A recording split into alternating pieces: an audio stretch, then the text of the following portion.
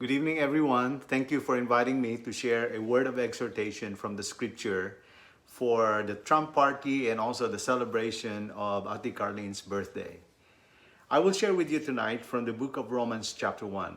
The author of the book of Romans is God, and he inspired the Apostle Paul to write this letter to encourage and strengthen the followers of Christ who were scattered in the city of Rome. The theme of the whole book is God is righteous, and sinners can be made righteous through faith in Christ. God is righteous means that God is the right standard for what is right. God is the only one who determines what is right and wrong. So in chapter 1, it focuses on the God who is knowable, knows us, and he wants us to know that he loves us through the gospel of his only Son, Jesus Christ. There are four truths that God wants us to learn in Romans chapter 1. Number 1, God is knowable. Number 2, the God who is knowable knows us. Number 3, the God who knows us wants us to know that he still loves us. And number 4, the God who loves us wants to give us his gift of righteousness in Christ. So first, let's talk about God is knowable. That means God wants us to know him. You can know God. I can know God. And the only one who can truly satisfy our human hearts is the one who created us. And there are three truths that God wants us to know about him in Romans chapter 1. The first truth, God wants us to know that he reigns. God is the eternal ruler of everything, and we're created and saved to serve him. In verses 1 to 2, you can see that God sent us to share his gospel, that he made a promise to save us from sin through Christ, and he kept the promise through Christ's shed blood, death on the cross, and resurrection from the dead. Which leads us to the second truth that God wants us to know about him. The second truth, God redeems. In verses 3 to 17, God is all powerful to save. There's no one that God cannot save. God is righteous and gracious. God is all powerful, and all of us are savable. God is calling all sinners to repent and to belong to Jesus Christ. And Jesus Christ is the only Savior. The gospel is the power of God that brings salvation to everyone who believes in Christ. God is righteous, and he wants us to receive his gift of righteousness by putting our faith in Christ. And the third truth that God wants us to know about him is that God reveals. In verses 18 to 23, God's wrath is being revealed from heaven against all who suppress his truth through the godlessness and wickedness of people. God reveals his invisible qualities, like his eternal power and divine nature, that can be seen clearly through his creation and that can be understood through our conscience, so all of us are without excuse for not knowing him. So God reveals because he wants us to know him and see everything through him. Not through our feelings, not through our fears, not through our preferences, but through who God is. Those are the three truths that God wants us to know about him. So God is knowable. Number 2, the God who is knowable knows us. He knows all of us. God knows everything about us. He knows our sins, and he knows our struggles. He knows our past, our present, our future. There are three realities that God knows about us. First, God knows the cause of our sins. Second, God knows the consequences of our sins. And third, God knows the cure for our sins. First, let's look at God knows the cause of our sins. All of us. In verse 18, we suppress the truth by our wickedness. Verse 21, for although we knew God, we neither glorified him as God nor gave thanks to him. In verse 23, it says, and we exchanged the glory of the immortal God for images made to look like a mortal human being and birds and animals and reptiles. So we substituted out the true God with a version of him we can control, a God who will serve us, someone whom we can command to do what we want. In verse 25, it says, we exchange the truth about God for a lie and worship and serve created things rather than the Creator who is forever praised. So we suppress the truth. When it comes to the knowledge of God, we all know, but sometimes we don't know because we don't want to know.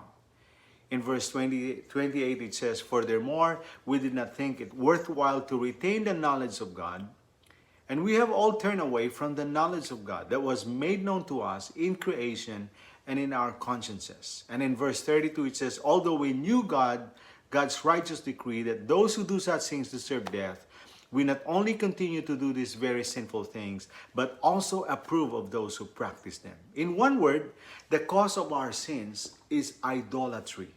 All of us, we've replaced God with something called an idol in our hearts. Anything can be an idol. Let me share an excerpt from the sermon I've heard from Pastor J.D. Greer. He said, "We are all created to worship and serve the Creator who is praised forever. If we don't worship the Creator God, we will worship the created." And that's what happened here. Every person is a worshiper. Atheists are also worshiper of anything but God.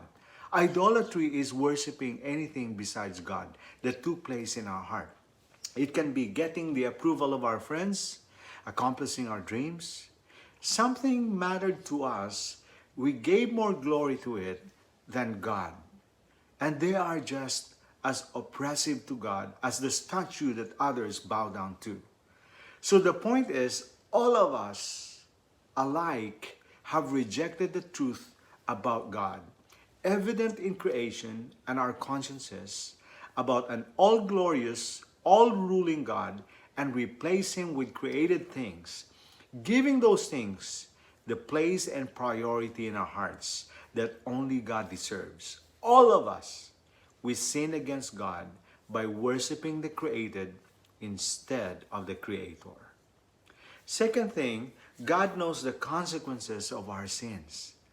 God describes the result of worshiping the created instead of the Creator, suppressing the truth about Him. The consequences are, in verse 18, it says, "The wrath of God is being revealed from heaven against all the godlessness and wickedness of people who suppress the truth by their wickedness." And in verse 21 to 32, "Our thinking became futile and our foolish hearts were darkened. Although we claimed to be wise, we became fools. Therefore, God gave us over." I want you to notice of that phrase. God gave us over in the sinful desire of our hearts to sexual impurity for the degrading of our bodies with one another. Because of this, God gave us over to shameful lust. 3 times it was mentioned, God gave us over as a consequence of worshiping the created instead of the Creator. God gave us over means that God gave us what we asked for. And this was the first wave of God's judgment. God names 24 specific sins here which are with us today. God gave us over to homosexuality, depraved mind, a mind that cannot form right judgments, become filled with every kind of wickedness, evil, greed, depravity, full of envy, murder, strife, deceit, malice, gossips, slanderers, God-haters, insolent, arrogant, boastful. We invent ways of doing evil. We disobey our parents. No understanding, no fidelity, no love, no mercy. We approve those who practice them. God gave us what we asked for. So when God granted our wish to be at the center instead of Him, our lives began to unravel. For example, in verse 23 and 26, they exchanged the glory of God for images, so God exchanged them over to disgraceful passions and unnatural sexual desires. They dishonored God, so God let them dishonor themselves. They did not see fit to acknowledge God, so God gave them up to an unfit mind. Paul now begins to explain how this has played out in our lives and in human history. The women exchanged natural sexual relations for unnatural ones. The men, in the same way, also left natural relations with women and were inflamed in their lust for one another. Men committed shameless acts with men, and receive in their own persons the appropriate penalty of their error. This is the longest and clearest passage in the Bible on homosexuality. And let me just say, I know that historically, we in the church haven't done a great job talking about this, and an ever worse job caring for those going through this. But let's just look humbly and open-mindedly at what Paul says here first, and then we'll talk about it, what it means for people following Jesus Christ. Paul says that one of the results of displacing God in the center of our hearts was that we develop unnatural sexual patterns. We exchanged the truth about God for a lie, so God exchanged our natural, healthy passions for unnatural ones. In one sense, we shouldn't be surprised. This is where Paul turns first. He's not picking on homosexuality. If God made us in His image, male and female, then it shouldn't surprise us that the effect of our rejection of Him show up in those primary relationships. Paul cites homosexuality, one scholar says, not because it is a greater sin than any other, but because it is the clearest evidence of a rejection of God's order in creation. Tim Keller in his book says, Romans for You, Paul doesn't distinguish between kinds of homosexual acts, but identifies all sexual relations of men between men and women between women as a departure from the Creator's design for human flourishing. They are unnatural, he says, literally in Greek, against nature. Again, it's important to realize that Paul is not just randomly picking on homosexuality here. He is citing it as one of the clearest examples of elevating our desires over the Creator's design, in which we say, it's not about what the Creator wants, it's about what I want. Idolatry is unnatural in the sense that it is contrary to God's intention for human beings. Just as idolatry is a violation and perversion of what God intended, so too same-sex relations are contrary to what God planned when He created man and woman. The fundamental sin isn't sexual, but the failure to worship God. And all other sin is a consequence of this one. Disorder in worship leads to disorder in our world. Homosexuality is not the only example, so Paul goes on to mention other ways that our idolatry, our prioritizing of our desires over the Creator's design, causes creation to unravel. Our idolatry, the elevation of our desires over God's will, has affected every part of our lives. Sexual disorder, economic disorder, social disorder, spiritual disorder, family disorder. The rejection of God at the center corrupted every part of our lives. He starts with homosexuality, but goes on to show how every part of our life is affected by the disorder that comes from sin. Are you saying homosexuality is the worst sin? No. He's saying that homosexuality is one of the many corruptions that come from our sin. And how many of you are guilty of 95% of that list? Let's go through it again. Gossips, slanderers, God-haters, arrogant, proud, disobedient to parents, senseless, untrustworthy, unloving, unmerciful. They are filled with all unrighteousness, evil, greed, wickedness, full of envy, murder, quarrels, deceit, malice, boastful, inventors of evil, disobedient to parents, senseless, untrustworthy, unloving, unmerciful. The corruption manifests itself differently in different people. I might struggle less with certain things on that list, but my heart is corrupt and full of disorder. In fact, here's an important question. Are these things the cause of God's judgment or the result? Both. The chief sin, the really wicked one, is rejecting God as the center and ruler of our life. That's the sin that brought on all the corruption. And it's one we've all participated in alike, equally. And here's the thing. We don't always get to choose which way it affects us. In some people, corruption manifests itself in envy, pride, unbridled personal ambitions, and out-of-control temper. Maybe an inability to control your impulses for food, a propensity toward doubt, worry, or depression. In others, it manifests itself in some form of corrupted sexual desire. The central sin is the same. We rejected God's rule and substituted our own that manifests in different people differently. And we don't always get to choose our corruption. In that sense, you can think of homosexuality as an affliction and not just a sinful choice. For most gay people, they feel they didn't choose those desires.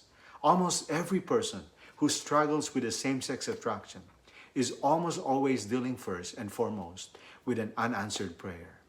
God, why won't you take this away, these desires? Every Christian struggling with same-sex attraction is first dealing with an unanswered prayer, which means people with same-sex attraction really ought to be first and foremost recipients of our compassion. This doesn't make same-sex behavior any less sinful or any more than it makes outbursts of temper or envy or materialism less sinful. Just that we don't always get to choose our weakness or our corruption. And that means gay and lesbian people are not worse sinners than other people or a different kind of sinner. They just got affected with a different dimension of the curse.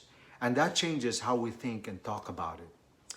3 ways we really go wrong with this in the church. Number 1, believing God doesn't care about this. He does. He's crystal clear in this passage as well as 5 other ones in the Old Testament and New Testament passages like this one. Do not be deceived. Neither the sexually immoral, nor idolaters or adulterers, nor men who have sex with men, nor thieves, nor the greedy, nor drunkards, nor slanderers, nor swindlers will inherit the kingdom of God. 1 Corinthians 6, 9-10. Someone says, but I was born this way, and I don't dispute that. And some of us were born with a propensity towards selfish ambition or a raging temper. That's why Jesus Christ said, we all need to be born again. You get that possessing a desire innately doesn't make it right? Anger or ambition or certain sexual desires are not right simply because they come from deep within me. Possessing a desire innately just shows us that we have corrupt hearts and we need to be born again. You can't reform your way into heaven. You have to be born from above. The gospel message is not, let the gay become straight, but let the dead become alive. Which leads me to the second way we go wrong here, thinking it's the worst sin. Paul lists homosexuality as simply one corruption among many. Look at the rest of that list. Do you think of deceit and boasting as equally depraved? How about greed? How about rebellious attitude toward your parents? They are. In another one of his letters, Paul even talks about the pride that comes from religion and an obsession to be better than others as an example of this idolatry. In Galatians 4, 8-9. Is that equally depraved in your book? It should be. I mean, in terms of frequency of mention and the passion with which he mentions it, it would appear that quite a few other sins are more shocking or egregious in God's eyes than homosexuality. As we see Jesus demonstrating great sympathy for those in sexual sin and great animosity toward the religiously proud, Jesus never said it was hard for the same-sex attracted to go to heaven. He did say it was easier for a camel to go through the eye of a needle than for a religiously proud or materially wealthy person to get there. This is not to say it's not sinful, just to say we often present it differently than the Bible does. The worst sin, the core sin, the sin behind all the other sins, is something we are all alike guilty of. Listen, we only grasp the gospel when we understand, as Paul did, that we are the worst sinner we know in 1 Timothy chapter 1, verse 15. And if Jesus came to die for us, there is no one that he would not die for. When you realize that, you'll cease being a Pharisee teacher of the law, and you'll become a gospel witness. You'll start loving your neighbor as someone made in the image of God and feeling compassion for them in their weakness. And you'll treat them first and foremost like people who deserve compassion, not scorn or judgment or a political voting bloc to be marginalized. One of the reasons that we stand against any discrimination or bullying and will count ourselves among the fiercest advocates for the preservation of their dignity and rights because we recognize gay and lesbian people are just like us, made in the image of God like us, corrupted by idolatry like us, and deserving of all the dignity and respect we desire. They are not them, they are we. You should see in the face of every sinner a reflection of the corruption that afflicts your own heart, the fruit of the rebellion you have participated in. Is that how you read Romans 1? Third way we go wrong, assuming it's hard for LGBT people to get to heaven. Let me say something very clearly. Homosexuality does not send you to hell. And here's how I know that. Because being heterosexual doesn't send you to heaven. What sends you to hell is refusing to allow Jesus to be the Lord and center of your life. Regardless of how that manifests, it might manifest itself in your refusal to let Jesus be Lord over your sexual life, or in your refusal to obey Him with your money, or your right to control your career. It's not where you express your rebellion that matters, but that it exists. There's a book by Rosaria Butterfield, Secret Thoughts of an Unlikely Convert. Rosaria Butterfield, a practicing lesbian, professor of literature and women's studies at Syracuse, said that Romans 1 brought her to Christ. The pastor who led her to Christ refused at first to argue about her lesbianism. He told her that according to Romans 1, the real issue was who got to call the shots in her life, how she defined herself, how she sought fulfillment.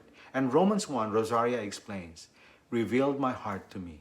In Romans 1, she says, Paul shows us that we all go through what Eve went through in the Garden of Eden.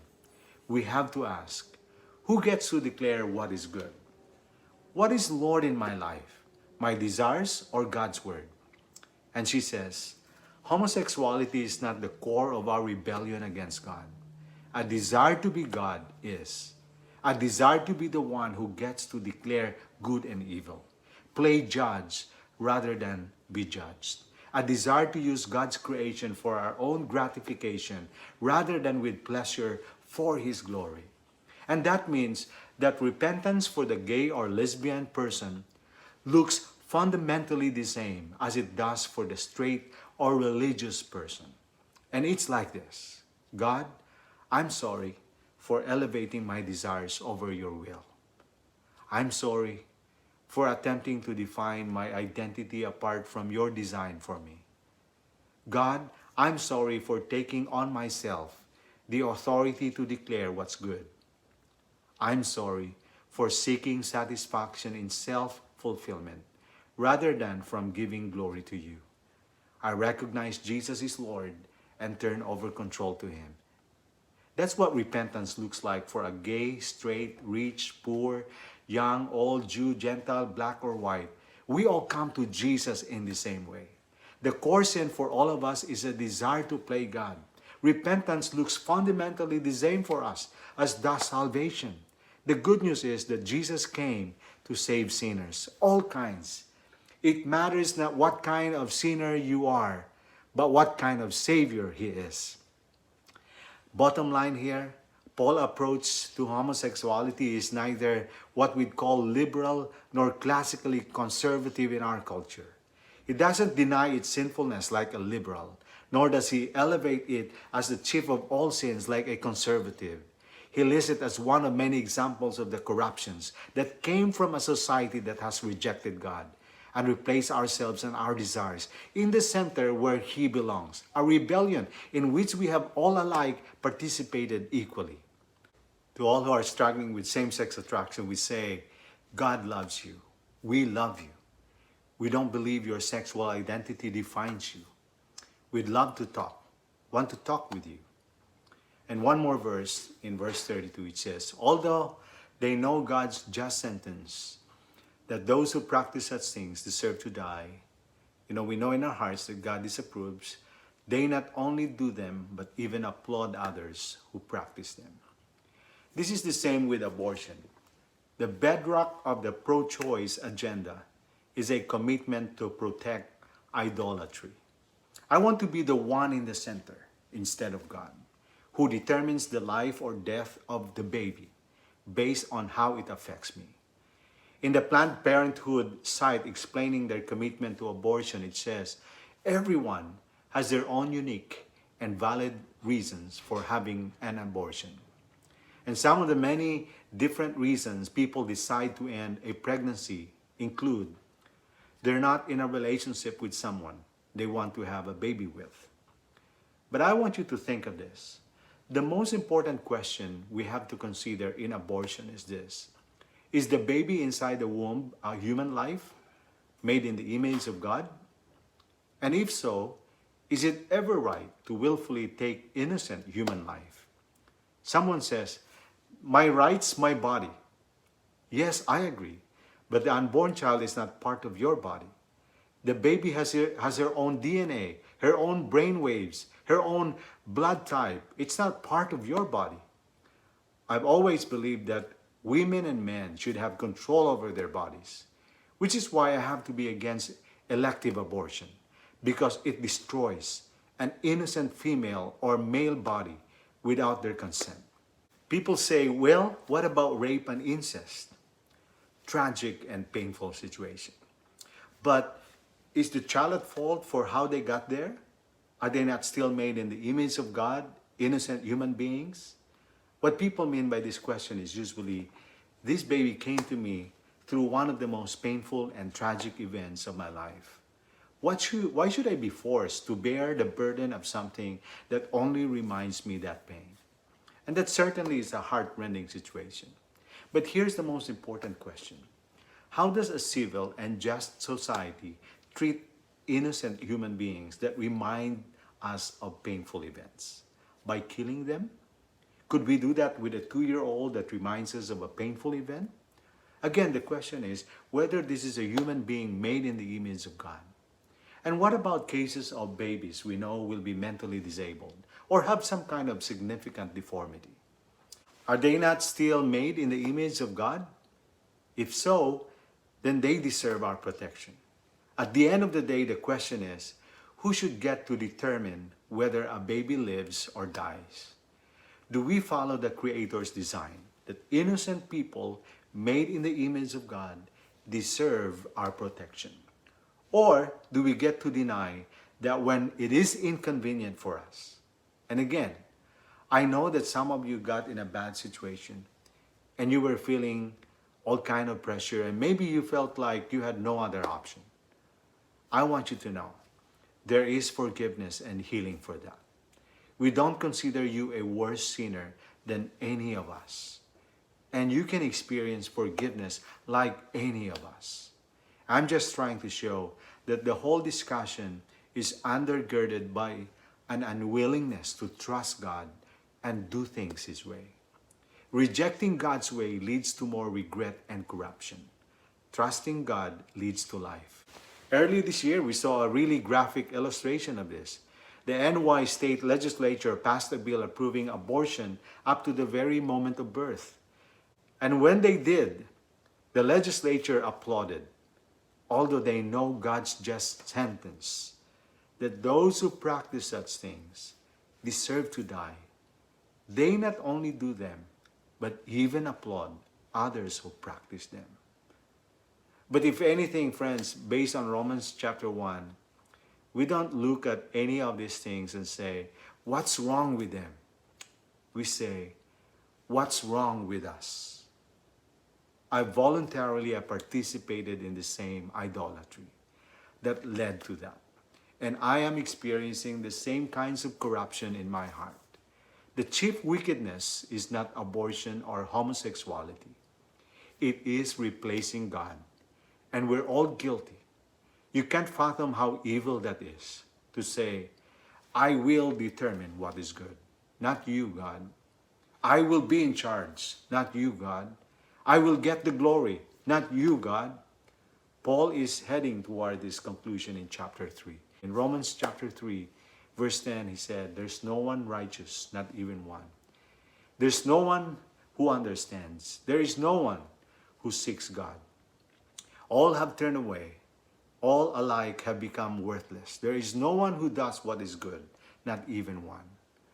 Their throat is an open grave. They deceive with their tongues. Viper's venom is under their lips. Their mouth is full of cursing and bitterness. Their feet are swift to shed blood. Ruin and wretchedness are in their paths. For all have sinned and fall short of the glory of God. We all stand under judgment. Not just certain kinds of sinners, all kinds of sinners. And the only hope for all of us is the blood of Jesus Christ. The greatest truth of Romans, the righteousness of God revealed in the gospel, is not a standard by which He judges sinners, but a gift of righteousness by which justifies them. He is not just a righteous God angered by our sin, but a merciful Father who wants to save us from it, who was willing even to interject Himself into our place and suffer His wrath for us so that we could be spared. It matters not what kind of sinner you are, but what kind of Savior He is. Let's pray. Father God, thank you so much, Lord, for giving us the opportunity to meditate on your word. Thank you for reminding us that, Lord, you are the God who reveals, who redeems, who reigns. You knew us, but yet you love us. You gave your only Son, Jesus Christ, to die for us on the cross, to make us righteous by trusting Him as our Lord and Savior. Thank you, Father God, that through Jesus Christ, we are made your righteousness in Him. Thank you for your love. Help us, Father, to love others who are corrupted by sin, just like us.